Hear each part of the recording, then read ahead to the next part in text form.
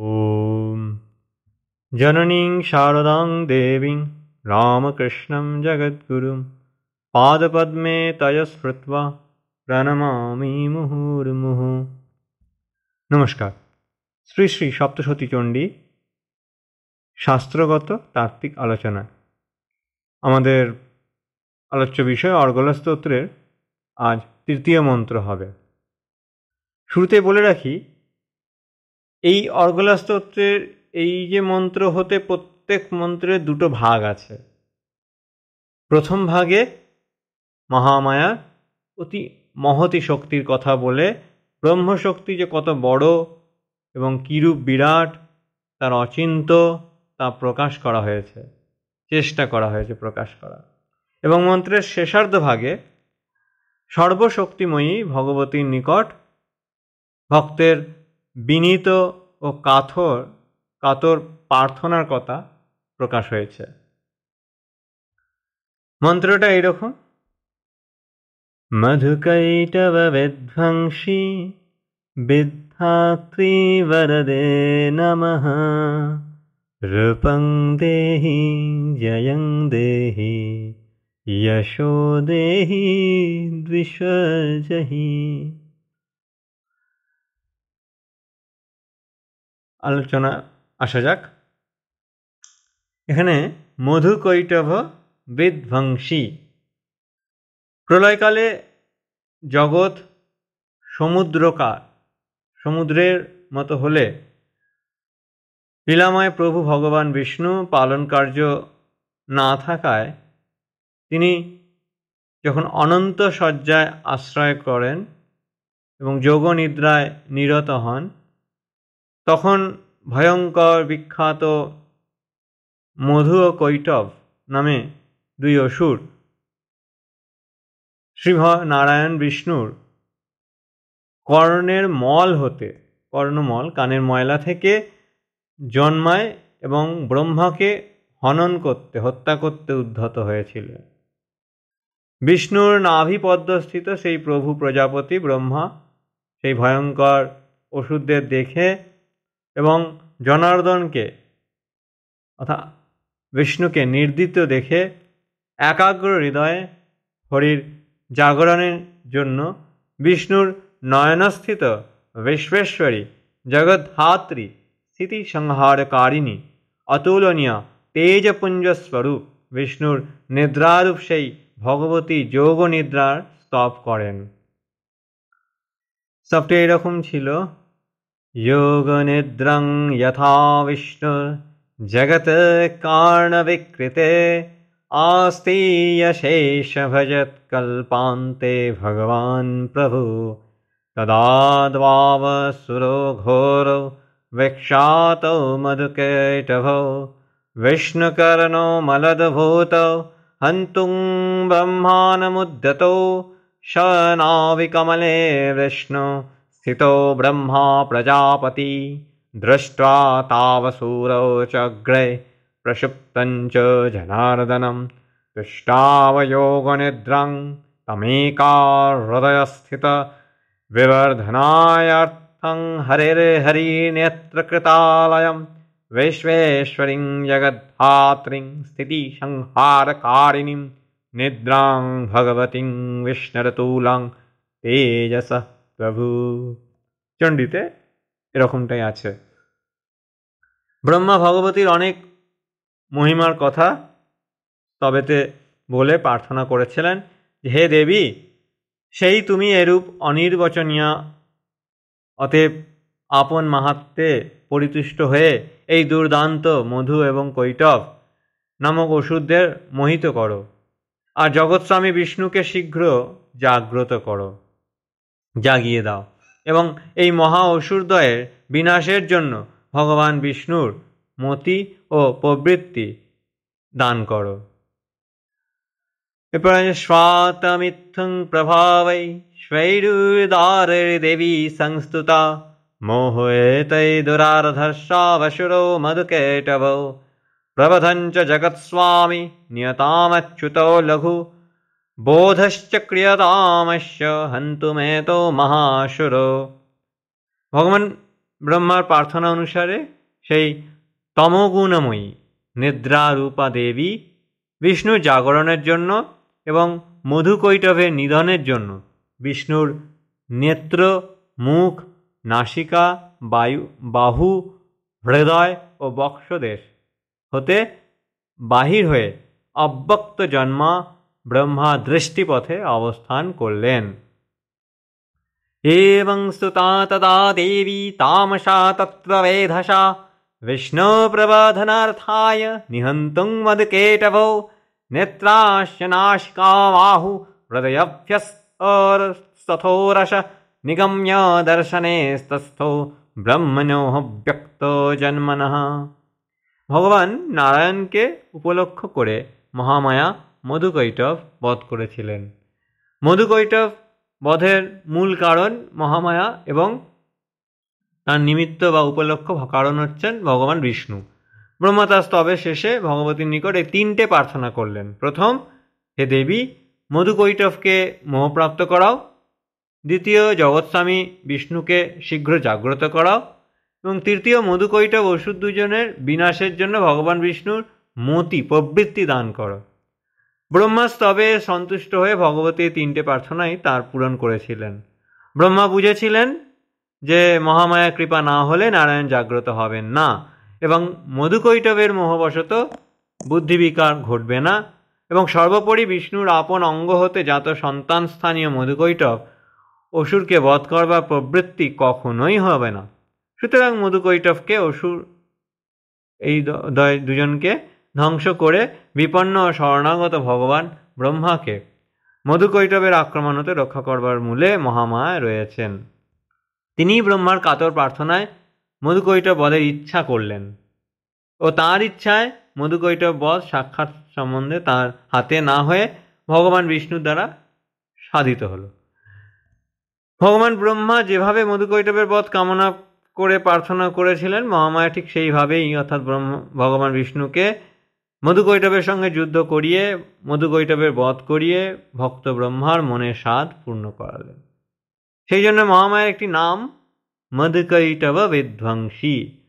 শ্রীমদ্ ভাগবত গীতায় এরকম একটি ভাবের কথা আছে, ये यथा मं प्रपद्यन्ते तांस्तथैव भजाम्यहम्। অর্থাৎ ভগবান শ্রীকৃষ্ণ বলছেন, হে অর্জুন, যারা আমাকে যেভাবে ভজনা করে তাদের আমি সেইভাবেই ভজনা করি।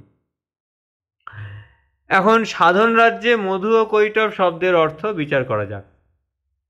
মধু শব্দের অর্থ আনন্দ এবং অহং বোধরূপ আনন্দ, আর এই কৈটভ শব্দের অর্থ হচ্ছে বহুত্ব বা বহু ভাব, ইচ্ছা বা বহুত্বের বীজ স্বরূপ সঞ্চিত কর্মবীজ সমূহ। নির্মল ব্যাপক চিদাকাশ সেটা বিষ্ণু কর্ণকে এখানে সেইটা দিয়ে চিহ্নিত করা হয়েছে। সুতরাং বিষ্ণু কর্ণমল, বিষ্ণুর কানের যে ময়লা শব্দে সেই চিদাকাশের আবরণ স্বরূপ যে দুটো সংস্কারকে বলা হয়েছে। এই দুটি ভীষণ সংস্কার সাধকের সিদ্ধির বিরোধী, অন্তরায়, সেই জন্য তাদের ঘোর অসুর বলা হয়েছে। মহামায়া আমাদের কর্মের যে বীজ স্বরূপ মূল সংস্কার বা এই মধুকৈটভ বধ করেন বলেই মায়ের আরেকটি নাম মধুকৈটভ বিধ্বংসী। মধুকৈটভ বধ ব্যাপারটাকে ব্রহ্মগ্রন্থি ভেদ বলে। ব্রহ্মগ্রন্থি ভেদ, ব্রহ্মা বা মন যে গ্রন্থিতে আবদ্ধ, সেই বহু ভাবমূলক আদি সংস্কার রূপ প্রথম গ্রন্থির উচ্ছেদ করে সাধকের মুক্তি বিধান করেন বলেই মায়ের মধুকৈটভ বিধ্বংসী বলা হয়েছে মাকে। আর এইভাবে দেখলে এই যে মধুকৈটভ অর্থাৎ জীবের যে কর্মের বীজ, এই বীজ ধ্বংস হলে ব্রহ্মগ্রন্থি ভেদ হয়। মধুকৈটভ বধকে সাধনা রাজ্যে সত্য প্রতিষ্ঠা রূপেই গ্রহণ করা যায়। এখানে শাস্ত্রে একটি দগ্ধ বীজের কথা আমরা পাই শাস্ত্রে, দগ্ধ বীজ, এসিক সেরকম। সৎ, চিত ও আনন্দ স্বরূপা মহামায়া, সেইরূপ মধুকৈটব বধ বা সৎ বা সত্যের প্রতিষ্ঠাই বা দেবীর অস্তিত্বের উপলব্ধি সাধনার প্রথম স্তর। মহিষাসুর বধ বা চিত বা প্রাণ প্রতিষ্ঠা হচ্ছে দ্বিতীয় স্তর। আর শুম্ভবধ বা আনন্দ প্রতিষ্ঠা বা নিত্যমুক্ত ভাব হচ্ছে সাধনার শেষ স্তর। তাহলে সৎ ও চিৎ বিষয়ে প্রতিষ্ঠা হলে আনন্দ প্রতিষ্ঠার সাথে সাথেই হয়ে থাকে। মধুকৈটব শব্দের দ্বারা যেমন রাগ, অনুরাগ বা বিদ্বেষকেও বোঝায়। রাগ আর দ্বেষ জীবের বন্ধনের কারণ। মধু অর্থাৎ রাগ, কৈটব হচ্ছে দ্বেষ। এই রাগ ও দ্বেষ নষ্ট হলেই বাসনার ক্ষয় এবং জীবের মুক্তি হয়। শ্রীমদ্ ভাগবত গীতায় ভগবান শ্রীকৃষ্ণ অর্জুনকে এই রাগ ও দ্বেষের কথা বহুভাবে বলেছেন। রাগ দ্বেষ বিমুক্ত হলেই জীব শান্তির অধিকারী হয়।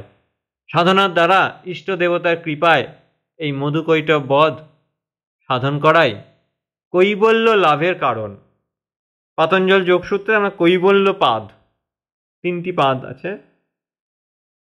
3 নম্বর পাদে যে কৈবল্য পাদের সাক্ষাৎ পাই সেইখানে। যে মধু ও কৈটব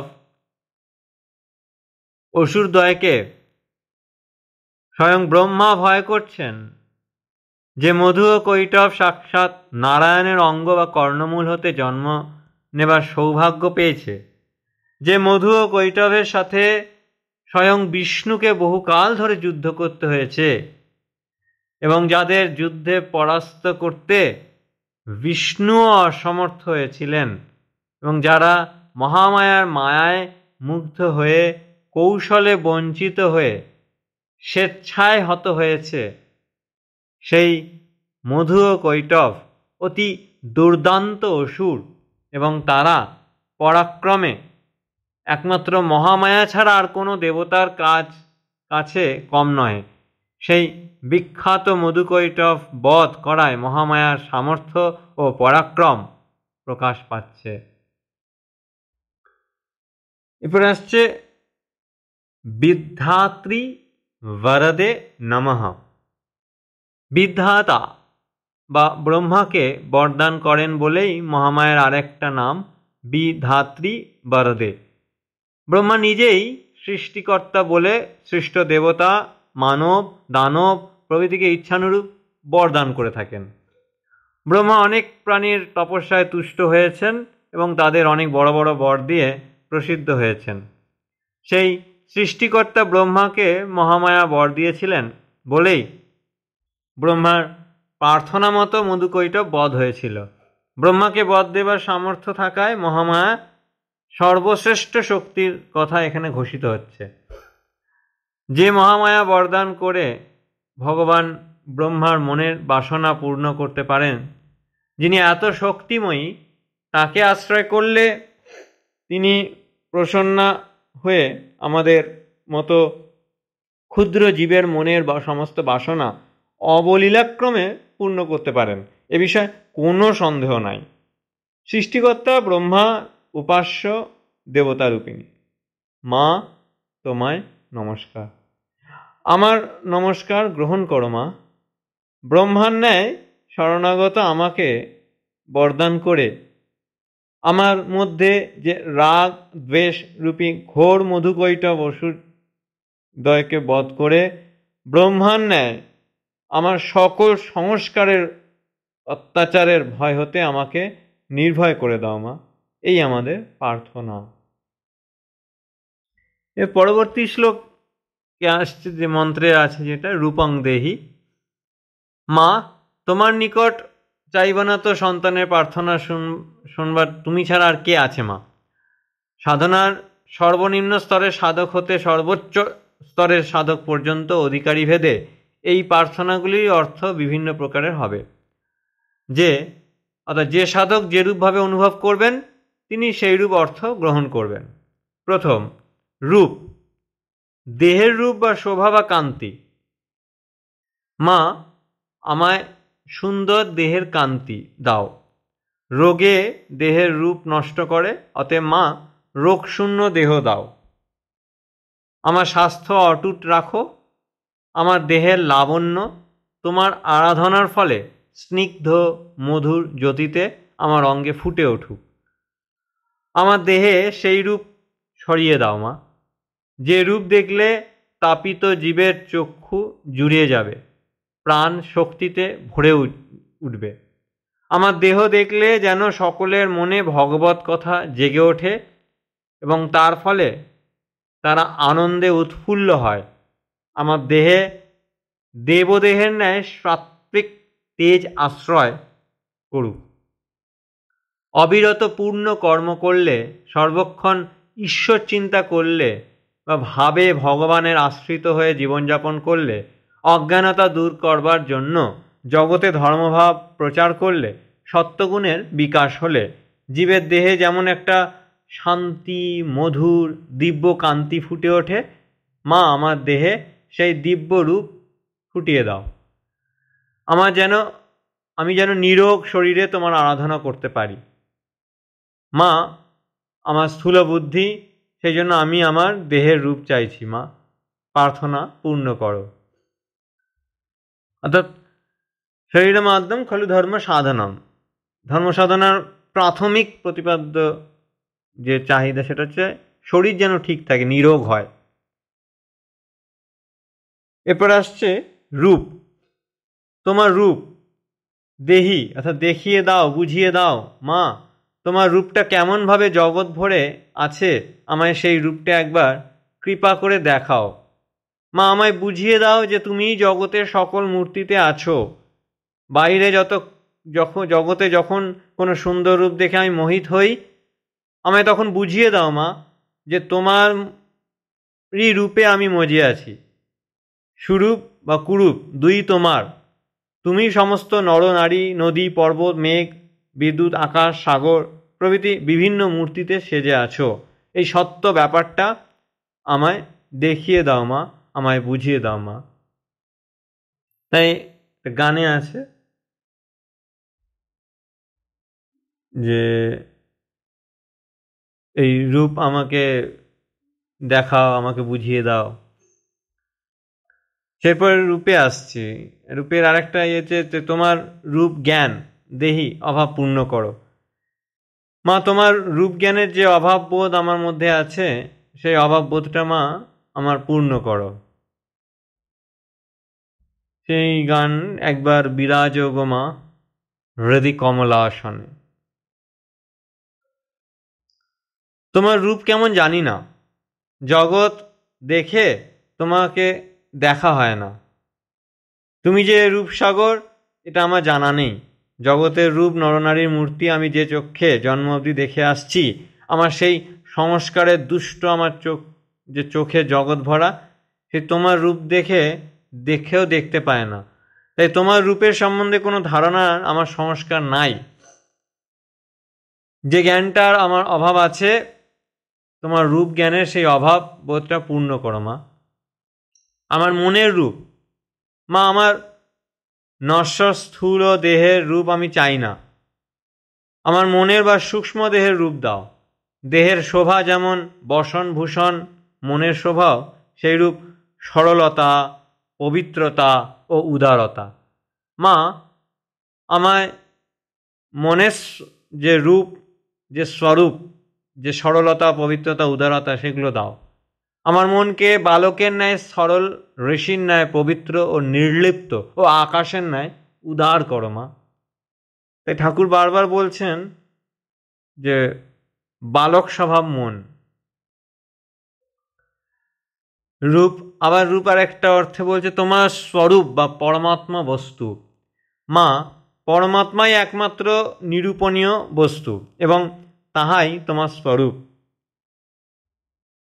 আমায় কৃপা করে সেই পরমাত্মা বস্তুকে বুঝিয়ে দাও। জানিয়ে দাও ও দেখিয়ে দাও।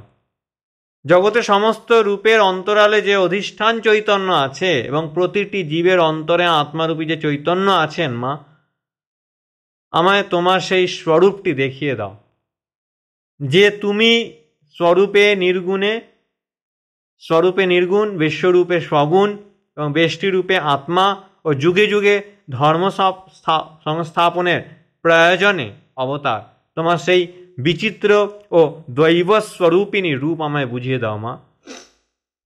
আমার জীবাত্মাকে তোমার পরমাত্মার স্বরূপে আবরণ করে আমায় তোমার পরমাত্মস্থ রূপে স্থিতি করো মা। আমার আমিকে তুমি স্বরূপ দেখিয়ে দাও মা, তুমিময় করে দাও মা। আমার অহং জ্ঞান ভুলিয়ে দিয়ে তোমার স্বরূপের জ্ঞান তত্ত্বমসি আমার মধ্যে জাগিয়ে দাও। আমার বহুত্বের জ্ঞান, সৃষ্টি বৈচিত্র্যের নানাত্ব যেন আমার হৃদয় হতে চলে যায় এবং তার স্থলে এক অদ্বৈত তত্ত্ব যেন জেগে ওঠে।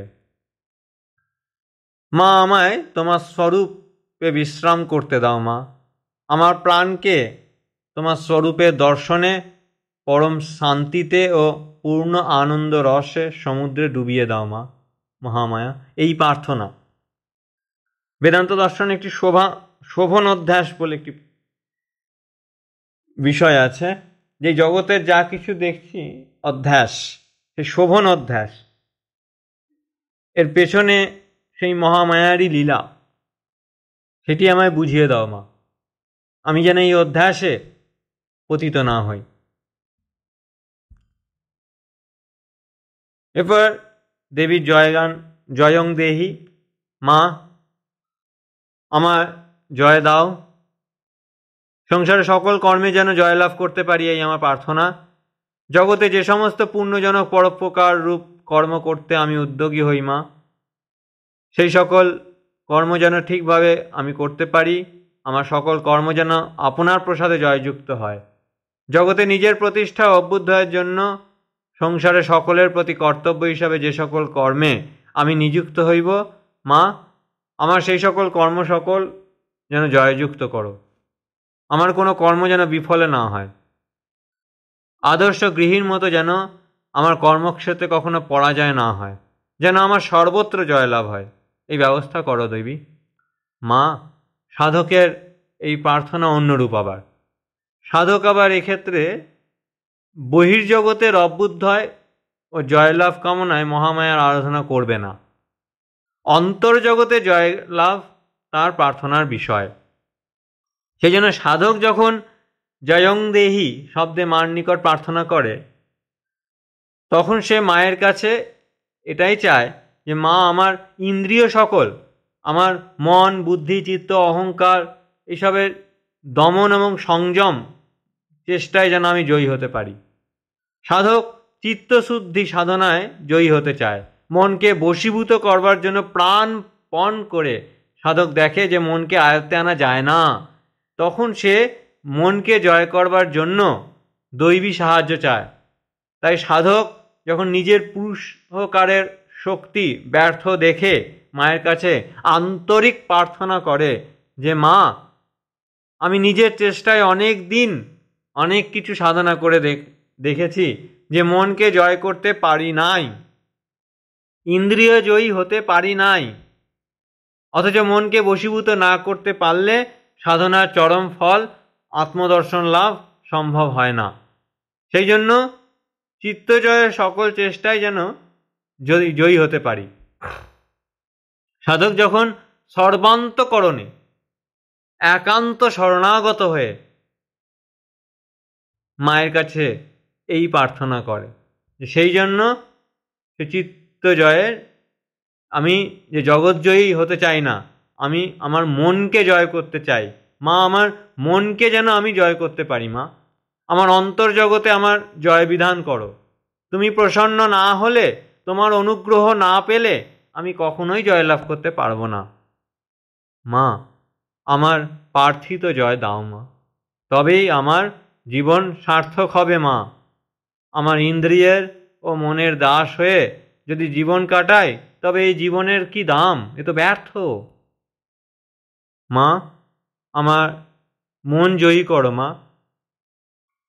সাধক আরো উচ্চ স্তরে উঠে প্রার্থনা করে, মা আমায় জয় দাও। পরমাত্মা স্বরূপিণী, জয়স্বরূপিণী মা, আমায় তোমায় করে নাও মা। তুমি আমার একমাত্র চিন্তার বিষয় হও মা। জয়ত্যেনেন পরমাত্মনা স্বরূপমিতি জয়েন বেদস্মৃতি রাশি স্তত জয়মুদিরয়েত ইত্যত্র প্রসিদ্ধন্তুং দেহি। অর্থাৎ বেদ, স্মৃতি প্রভৃতি সৎশাস্ত্রকে জয় বলে। সেই জন্য জয় উচ্চারণ করবার পূর্বে বা শাস্ত্র পাঠের পূর্বে নারায়ণং নমস্কৃত্য ইত্যাদি মন্ত্রটা বলে দেবতাগণকে প্রণাম করতে হয়। সেই জয় বা শাস্ত্রই মহামায়া, তিনি জয়স্বরূপা। যে বেদ তার নিঃশ্বাস হতে আবির্ভূত হয়েছে, সেই বেদ ব্রহ্মেরই রূপ। আবার বিদ্যা সমস্তা তবতে বিভেদা, 64 কলা বিদ্যারূপিণী মা, শাস্ত্ররূপিণী, শাস্ত্র জ্ঞান রূপিণী বলে ব্রহ্মময়ীকে জয়স্বরূপ বলা হয়েছে। মা জয় দাও, শাস্ত্র জ্ঞান দাও, শাস্ত্র স্বরূপিণী তুমি মা আমার হও। আমি যেন ইচ্ছা মাত্রেই তোমাকে অন্তরে ও বাইরে দেখতে পাই। ভক্তেরই ভগবান মা, তুমি আমার ভক্তিতে আমার নিকট প্রকট হও মা। সাধক আরও প্রার্থনা করে যে মা তুমি সত্যস্বরূপিণী, আমায় জয় বা সত্য দাও। সত্যই যেন আমার জীবনের অবলম্বন হয়, সত্যতেই যেন আমার স্থিতি হয়। হৃতা ও সত্য আমায় দাও মা। জয় শব্দের অর্থই সত্য। বেদ শ্রুতিতে বলছেন সত্যমেব জয়তে নার্ণিতম, অর্থাৎ সত্যই জয়যুক্ত হয়, মিথ্যার জয় হয় না। যশোদেহি। এক্ষেত্রে ঠাকুরের প্রসঙ্গে আসা যায়। ঠাকুর বা শেষকালে সব কিছু বলছেন যে মা এই নাও আমার শুদ্ধ ভক্তি জ্ঞান সব, কিন্তু সত্যকে দিতে পারেননি। ঠাকুর বলছেন সব দিলুম, সত্য দিতে পারছি না। এরপরে আসছে যশোদেহি, ইয়াস, আমায় ইয়াস দাও। সাহান ইয়াসা ইতি শ্রুতি প্রসিদ্ধ, যে তত্ত্বজ্ঞান সম্পাদনের জন্য ইয়াস দাও। তত্ত্বজ্ঞানে জ্ঞানী বলে যে ইয়াস, সেই যশ আমায় দাও। এ জগতে যতদিন বাঁচব ততদিন আমায় এমন পুণ্যকর্ম সকল করবার অবসর ও সুযোগ দাও, যাতে আমার সৎকর্মের যশ সর্বত্র ছড়িয়ে পড়ে। আমার এই দেহ দ্বারা কখনো যেন কোনো পাপ কার্য অনুষ্ঠিত না হয়। আমি এমন পুণ্যাত্মা বলে যেন গণ্য হয়েতে, যাতে আমায় লোকে আদর্শ মনুষ্য বলে সম্মান করে। সমাজে লোকনিন্দিত কর্ম বা শাস্ত্র নিষিদ্ধ যে কর্ম, তা কখনো জীবনে যেন না করি। আমায় এমন শক্তি দাও। আমার জীবন এত পবিত্র হোক যে আমার কীর্তি সকল এত উজ্জ্বল হোক, যাতে আমার কোনো মন্দ কর্মের দ্বারা আমার অকীর্তি ও আয়াস প্রচার হবার পূর্বেই যেন আমার মৃত্যু হয়। যশস্বী জীবনের কি মূল্য, তো ভগবান শ্রীকৃষ্ণ তিনি ভাগবত গীতায় অর্জুনকে বুঝিয়ে দিয়েছেন। সম্ভাবিত সচা কীর্তি মরণাদাতিরেচ্যতে। বিষাদগ্রস্ত যুদ্ধে পরাণমুখ অর্জুনকে স্বধর্ম পালন করতে বা কুরুক্ষেত্র যুদ্ধ করতে উপদেশ দিয়ে বলছেন যে হে মহাবীর, অর্জুনের মতো সম্ভাবিত বা মানী ব্যক্তির যুদ্ধকর্ম হতে বিরত হলে জগতে অর্জুনের যে অকীর্তি বা আয়াস বা নিন্দা প্রচারিত হবে, তাই যশস্বী অর্জুনের পক্ষে ভীষণ মৃত্যু যন্ত্রণা অপেক্ষা ক্লেশকর হবে। যশকে শাস্ত্রে শুভ্রবর্ণ বলেও বর্ণনা করেছে। তার কারণ যশ নির্মল, পূর্ণচন্দ্রের জ্যোৎস্নার মতো অথবা দুগ্ধের মতো শুভ্রবর্ণ। মনুষ্য জীবনে প্রচুর যশ লাভ করা যার ভাগ্যে ঘটেছে তিনি ভাগ্যবান। মহাভারতে চরিত্রে আমরা নল রাজার চরিত্র বা যুধিষ্ঠিরের চরিত্রে এত সুন্দর ও সুমহান, তাদের কীর্তি ও যশ এত প্রবলভাবে মানবচিত্তকে আকর্ষণ করে যে তাদের যশের দ্বারা সমুদ্ভাসিত পূর্ণময় নাম সমাজে প্রাতঃস্মরণীয় হয়ে গিয়েছে। ধর্মময় ও পূর্ণময় জীবনযাপনে তারা সর্বশ্রেষ্ঠ ছিলেন বলেই প্রভাতে তাদের নাম করলে আমাদের মতো লোকের দিন ভালো যায়। সেজন্য ধর্মাচার্যগণ নিত্যকর্ম পদ্ধতির মধ্যে এই শ্লোক পাঠ করবার ব্যবস্থা করেছেন।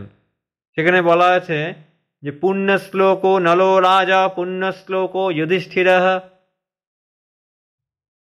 মা আমায় এমন সমস্ত পুণ্যকর্ম করাও যাতে আমার তত্ত্বজ্ঞান লাভ হয়।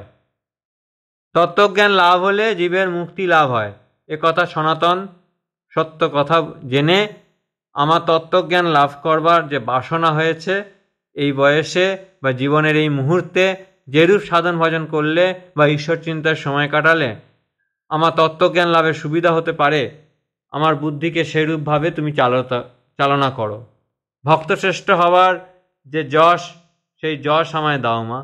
ভক্তবীর তুলসী দাস বা বিল্লমঙ্গল বা সাধক রামপ্রসাদ ঠাকুর, রামকৃষ্ণ পরমহংস, এদের যে অক্ষয় যশ জগতে প্রচার হয়েছে, সেইরূপ যশে যেন আমায় যশস্বী করো। আমি এরূপভাবে মা তোমায় তত্ত্ব যেন ধারণা করতে পারি, যাতে আমার তপস্যা ও পবিত্র চরিত্র দেখে আমি মহামায়া সন্তান এই কথা বা এই যশ লোকে প্রচারিত হয়। মা আমি তোমার সন্তান বা অমৃতের পুত্র, এই যশ দাও মা। আমায় এমন যশ দাও যাতে মৃত্যুর পর যখন আমি তোমার কৃপায় সর্বোচ্চ গতি লাভ করবার জন্য ভূর্ভুবঃ স্বঃ প্রভৃতি ভেদ করে যখন করতে উচ্চতর লোকে যখন গমন করব, তখন যেন শুনি সেই উচ্চ লোকবাসীগণ আমার দিব্য বিমানে এই অপূর্ব উচ্চ গতি লক্ষ্য করে অঙ্গুলি নির্দেশ করে অর্থাৎ আঙুল দেখিয়ে যেন বলেন, এই আত্মা মরজগতে কিছুকাল বাস করে ধর্মের প্রভাবে অমরত্ব লাভ করে যথোপযুক্ত লোকে যাচ্ছে। ধন্য ইহার জীবন, সার্থক ইহার মনুষ্য জীবন। মা আমায় এমন যশ দাও যেন তা দিগন্তব্যাপী হয়, যেন তা ত্রিলোক ব্যাপী হয়, যেন তা সর্বলোকব্যাপী হয়। মহাভারতের সেই শান্তি পর্ব, মহাপ্রস্থান পর্ব, সেখানে দেখতে পাই যদি যুধিষ্ঠির যখন মহাপ্রস্থানের পথে চলছেন, ধর্মরাজ স্বয়ং তাকে নিয়ে যাচ্ছেন, আর তার জন্য সেই ভগবান নারায়ণের রথ এসছে নিতে এই পুণ্যকর্ম, এই ধর্মকর্ম করার জন্য। আজ এ পর্যন্তই।